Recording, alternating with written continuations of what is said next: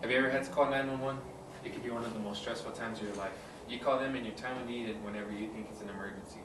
But do you ever wonder after a call, who are firefighters? What do they do? What kind of equipment do they use? And what do they do in their downtime?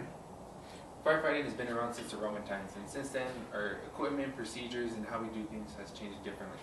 Me, I've been a firefighter for 2 years now for the El Paso Fire Department, and I can say that I've grown to love the career and what it has brought to me. Firefighters, they're not just firefighters. They're looked up to by the community as role models, safe people, people to look up to. The history of the fire department has gone through lots of trial and error. Once you put on the uniform, you don't know what's coming next. So in this speech, I'm going to be talking about 3 points: the history of American firefighting, some of the equipment that we use, and just what we do in our downtime. Now, when we talk about American firefighting, it's been around since the 1600s, and it has drastically changed since then.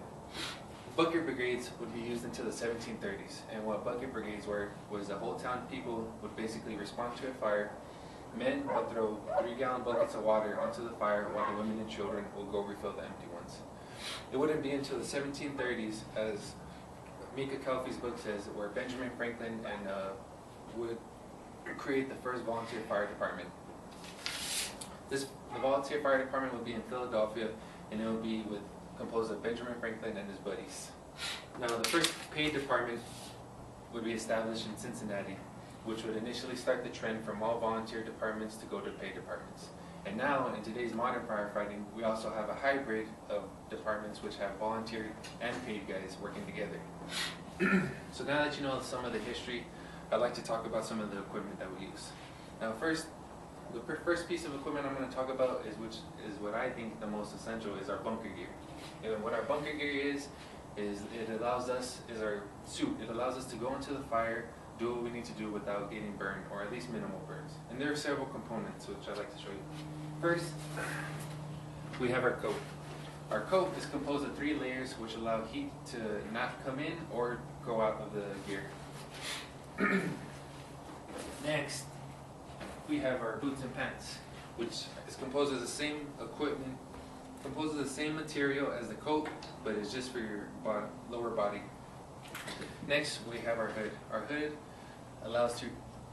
hood creates a seal which allows fire to not get in here, and also protects the back of your neck, which the helmet does not.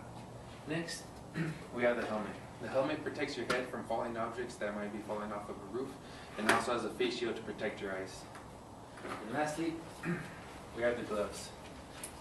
The gloves give you grip strength to be able to haul equipment and personnel in and out of a fire scene. Now, our fire gear is rated at about 300 degrees, which might sound like a lot, but in house fires burning with the contents in it, they could go to upwards of 1,000 degrees, which lets us know that we have to go in, do our job, and get out as quickly and safely as we can. Next, we have our trucks. There's 2 basic kind of trucks. You have your engine truck and your ladder truck. Your engine truck is what lets you take the water onto the fire scene, and you can use it straight from the truck. It usually comes with about 500 gallons of water. Next, we have our ladder truck.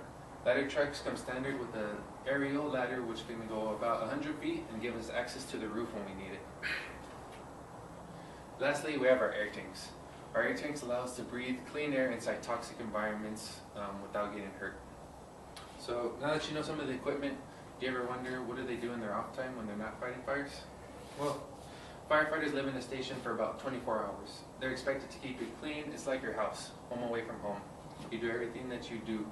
Clean, sweep, just upkeep, all that kind of stuff. So there's also training. You could do in-station training, out-of-station training. We're also building inspectors. We go into businesses, make sure that they're up to code and that we could get familiar with them in case we have a fire right there. And we also do hydrants to make sure that they have sufficient water flow, so that way we could depend on them whenever we need them. And for El Paso Fire Department, we're cross-trained. We're also EMT certified as well as firefighter certified, so we handle all medical calls within the El Paso city limits.